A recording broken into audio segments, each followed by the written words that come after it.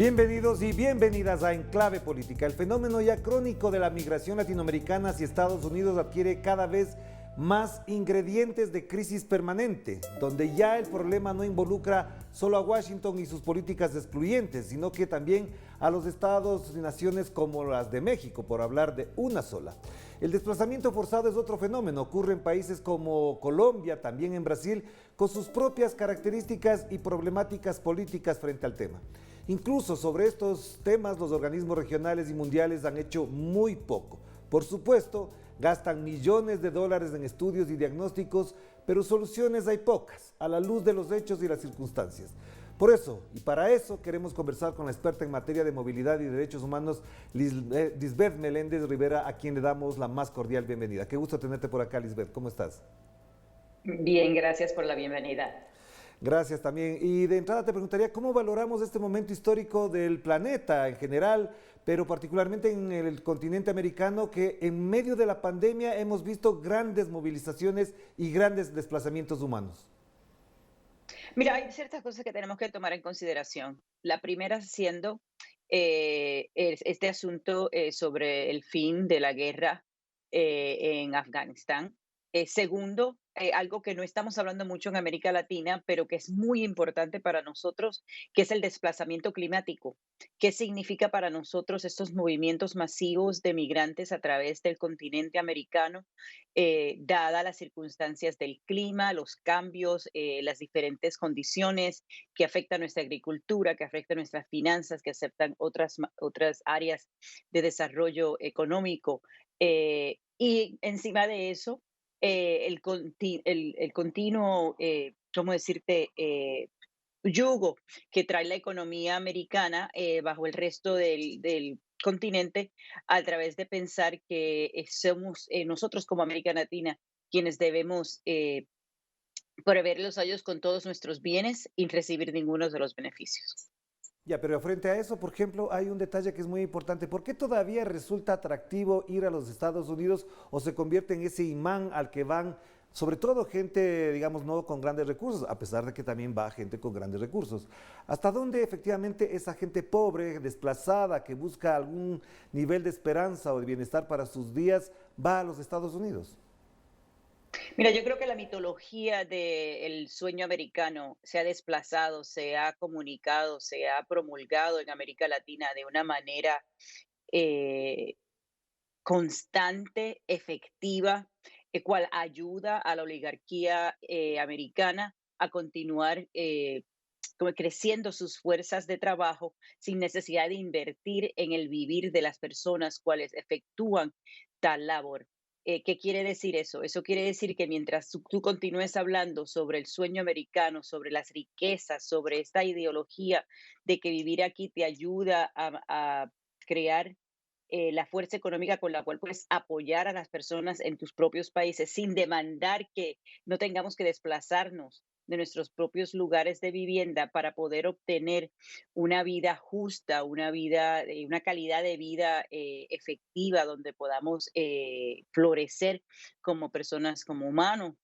eh, Vamos a continuar teniendo este flujo de inmigrantes hacia los Estados Unidos.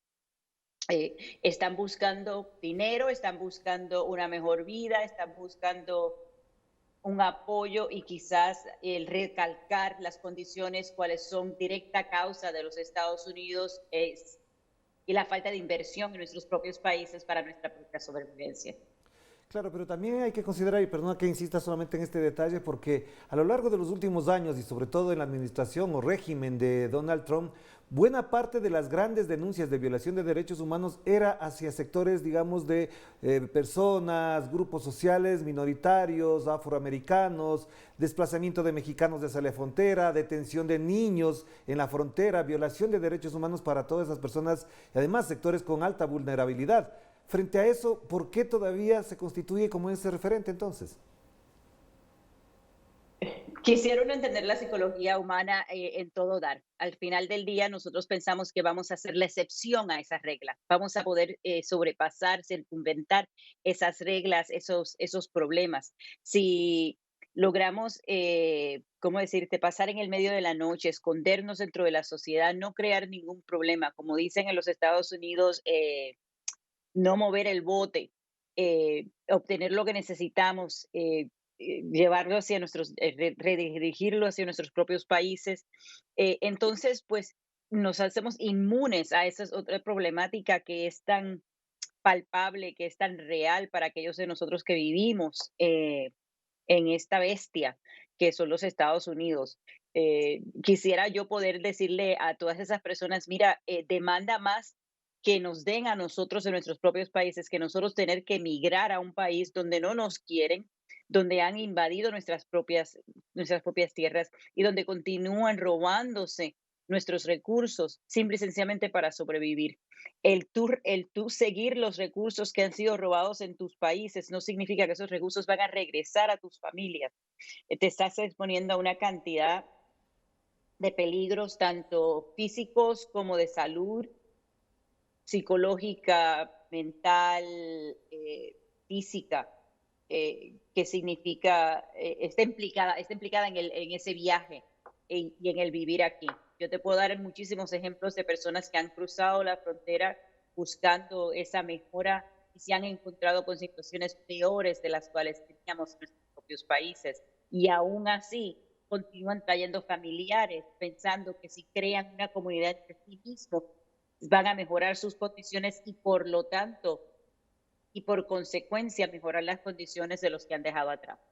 Claro, y a propósito de eso, evidentemente la fórmula para explicar mejor esto no es el problema dónde se va, sino de dónde viene, y ese sería uno de los temas fundamentales. A propósito de eso, Lisbeth, el tema afgano prácticamente está en la palestra pública, hay un éxodo, pero este éxodo no es de ahora, ha venido desde el año 2001, 2002 produciéndose. ¿Hasta dónde esto reconfigura, digamos, la política mundial con respecto a la movilidad? ¿Hasta dónde, por ejemplo, países como Europa, que no van a aceptar a afganos en sus territorios, sí podría, en cambio, ser aceptada en países de América Latina?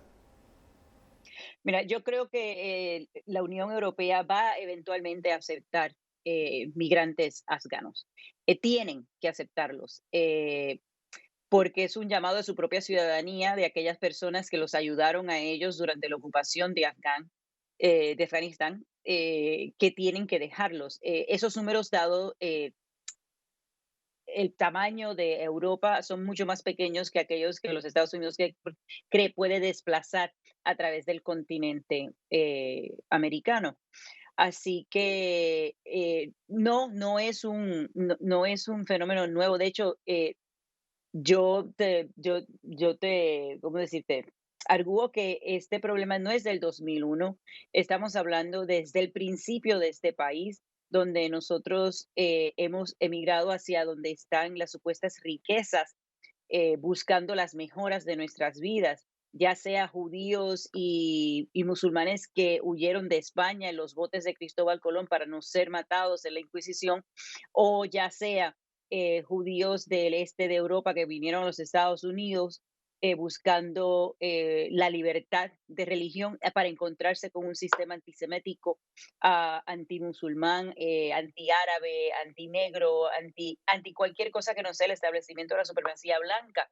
Eso ha sido en un historial de este país y aún así continuamos viniendo, continuamos viajando, tratando de seguir el sueño que nos ayudaría a nosotros y a nuestros países mejorar al redirigir los recursos hacia aquellos que dejamos. Y esa psicología es muy importante. Ajá, claro que sí. Ahora, Lisbeth, para cerrar este primer bloque de la entrevista, sí te preguntaría hasta dónde los organismos internacionales, organismos globales que hacen tantos estudios, tantos diagnósticos, tenemos muy buen diagnóstico, las cifras muy claras, incluso las connotaciones, las secuelas que implica eso, pero efectivamente parecería que los mismos recursos que se hacen o se invierten para estudiar no son los mismos para solucionar los problemas. Hasta dónde también estos organismos mundiales, globales, continentales, no actúan inmediatamente frente a estos fenómenos que incluso cuestan miles de vidas al año. La demanda que debemos hacer a estos mecanismos que continúan estudiando el asunto es hasta cuándo. ¿Hasta cuándo vas a experimentar? ¿Hasta cuándo vas a investigar? Cuando el efectuar, cuando el actuar bajo estas circunstancias es mucho más importante para nosotros como sociedad y como mundo, como comunidad global. Tienes muchísima razón. Los miles de millones de dólares de monedas, de dinero, como lo quieras definir, que se gastan en en estas investigaciones sería mucho más, una mejor inversión si pusiéramos en efecto las supuestas soluciones que todos estos estudios han encontrado. Al final del día es mucho más fácil tú sentarte a pensar, a criticar y a hablar en las esquinas que enrollarte las mangas, meterte al fango y sacar el producto que es necesario para nosotros mejorar nuestras situaciones. Claro que si hagamos la primera pausa, Lidwey, y en la segunda parte abordemos este otro tema que es también del desplazamiento interno, que es una de las graves circunstancias que atraviesan miles de pueblos en América Latina. Últimamente, por ejemplo, los pueblos de Brasil, 170 pueblos están movilizados hacia Brasilia para buscar una solución para evitar el desplazamiento de sus propios territorios. Hagamos la pausa y enseguida volvemos con Lisbeth Meléndez Rivera, experta en materia de movilidad y derechos humanos.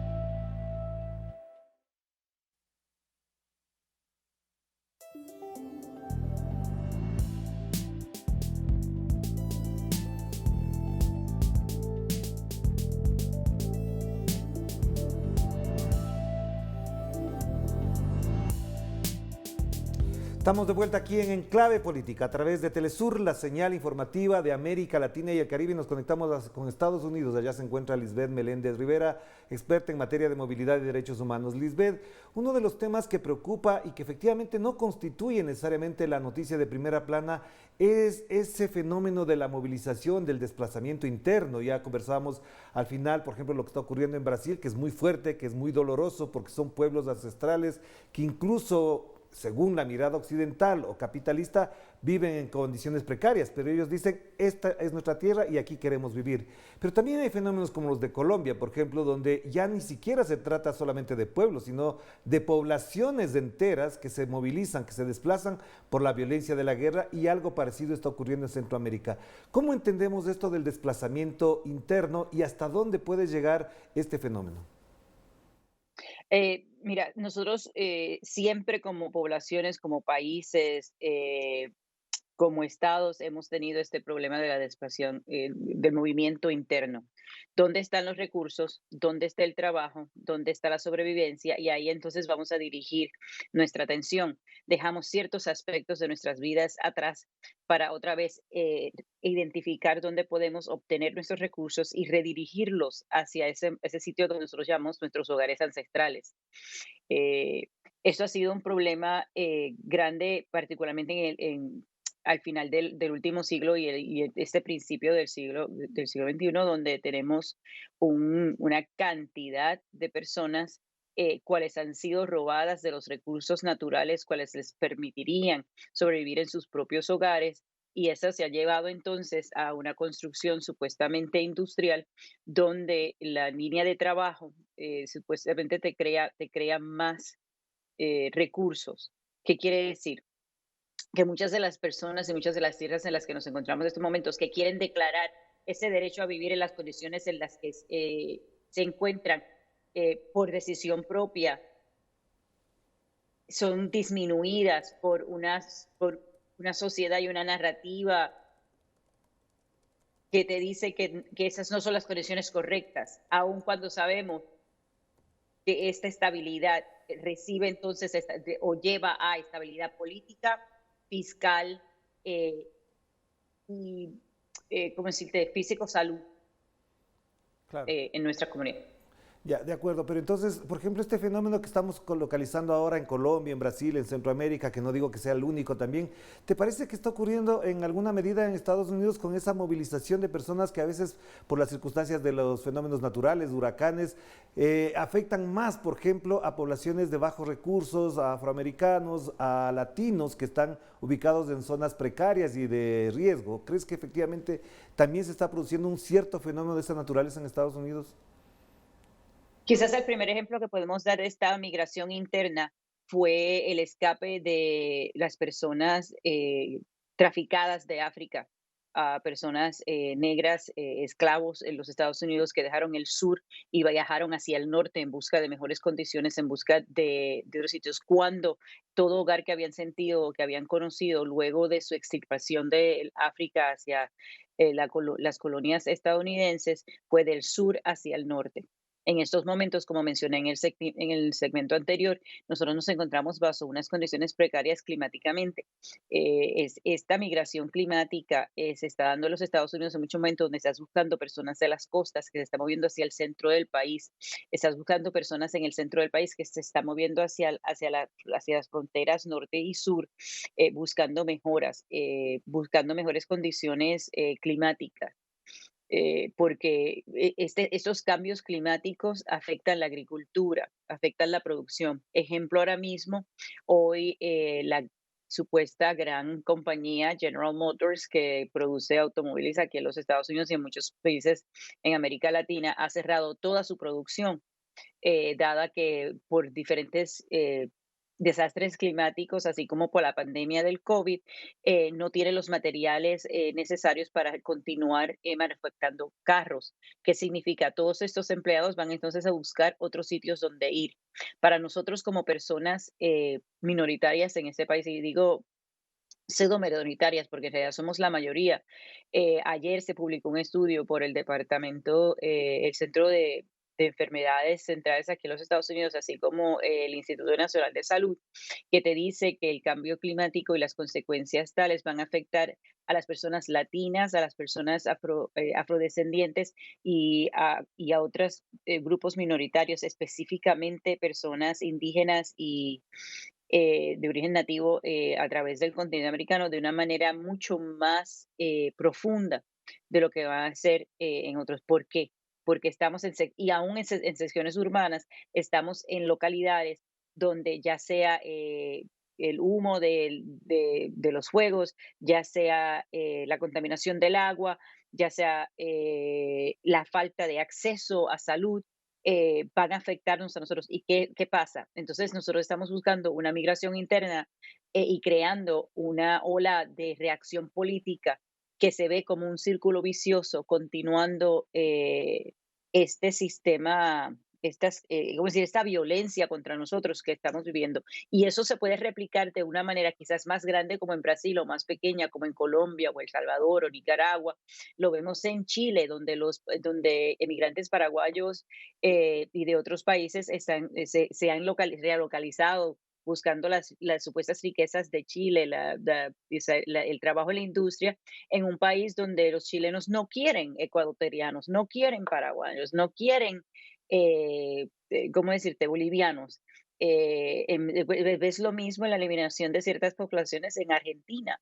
Esto es un problema específicamente global, pero si vamos a hablar de América Latina como tal, es un círculo vicioso donde nosotros somos pues, de país en país en país, eventualmente con una mirada hacia el norte, pensando que si vamos al norte, vamos a disminuir las consecuencias de tales movimientos. Es todo, como te digo, hay consecuencias, es una secuencia de eventos que nos trae a este catástrofe, eh, porque trae otras consecuencias en cuanto a dónde estamos utilizando los recursos, cuáles son las condiciones de esos viajes. Cuando tú hablas, yo paso mucho tiempo hablando con personas que han hecho el viaje norte, y las condiciones, el abuso, particularmente si tú eres alguien que se identifica como en el género femenino, y aún los menores, o sea, el cargo psicológico. Llegas entonces a este país con un acceso mucho más grande al alcohol, a las drogas, porque las importamos también. Y entonces aquí no solamente no tenemos que trabajar más, sino que están accesibles a nosotros.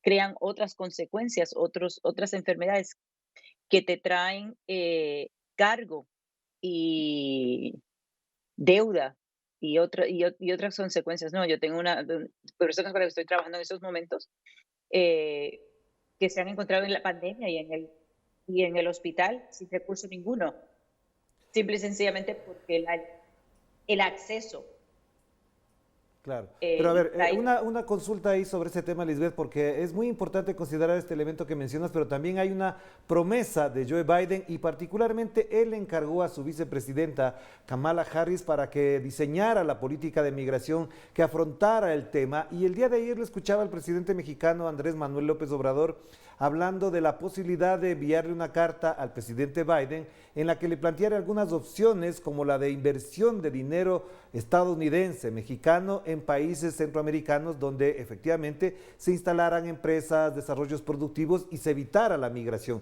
Es más, él señalaba una cosa que me parecía interesante, él decía a esas personas que trabajen, que tengan ya un trabajo fijo, les vamos a gestionar la visa, que puedan visitar a sus parientes en Estados Unidos y eso se resolvería por esa vía. ¿Hasta dónde efectivamente es posible esto? ¿Es posible que Kamala Harris acoge este planteamiento? ¿Crees que hay una predisposición y una actitud política frente al tema? Estamos hablando de un partido que creó, como decirte, el acuerdo de libre mercadeo entre los países americanos. Right? Empezó con NAFTA, o con el trato eh, de libre comercio entre México, Canadá y los Estados Unidos, y mira las consecuencias que ha tenido esto, particularmente los estados norteños del país de México.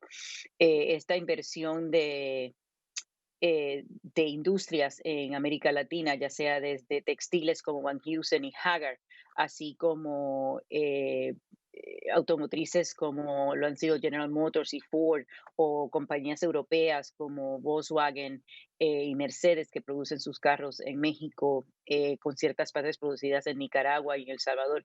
La cantidad de la inversión que tenemos que demandarle al capitalismo mundial, a la oligarquía mundial, en estos países para evitar este tipo de migración y de movimientos masivos, es algo que le costaría a ellos tanto en el bolsillo, que yo dudo mucho que aún Biden y la vicepresidenta Harris sean capaces de poner en su sitio. Los abusos van a existir y la inversión es demasiada para pensar en esas pérdidas, porque no lo piensan como ganancias, lo piensan como pérdidas.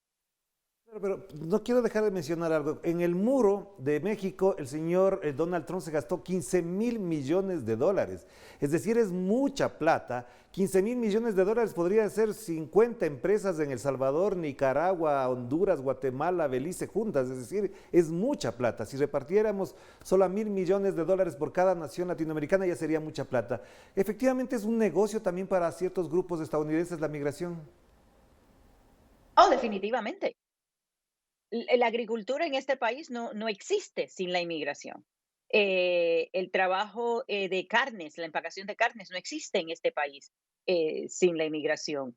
Eh, la idea de el negocio de la política en este país no existe sin inmigración. Estos 1.500 millones de dólares que tú dices que el presidente Trump gastó en la pared, que yo creo que han sido muchos más, 1.500 es lo que ha sido declarado, es simple y sencillamente una inversión en la política republicana para continuar eh, su, su narrativa de nacionalismo estadounidense, así como una xenofobia profunda, para sostener la supremacía blanca que está desapareciendo en los Estados Unidos, y para aquellos pocos grupos que continúan viviendo por ese tipo de ideología, fortalecerse de manera tal que el fascismo continúa, ¿cómo decirte?, destilándose y convirtiéndose mucho más fuerte, y su agarre en la política estadounidense mucho más difícil de romper.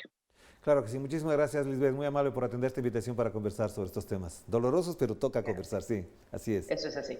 Gracias a Lisbeth Meléndez Rivera, experta en materia de movilidad y derechos humanos, y efectivamente el tema da para mucho más y además tiene demasiadas aristas dolorosas, lamentables, dramáticas que se viven en nuestros pueblos. Lo que acaba de mencionar Lisbeth es muy importante considerar por dos vías. Uno, el drama, efectivamente, y por otro lado, el negocio que implica todo este tema de la migración para organismos internacionales, para gobiernos y sobre todo empresas que viven del dolor y del drama humano. Nos despedimos, cuídense mucho, que la pasen bien. Chao, chao.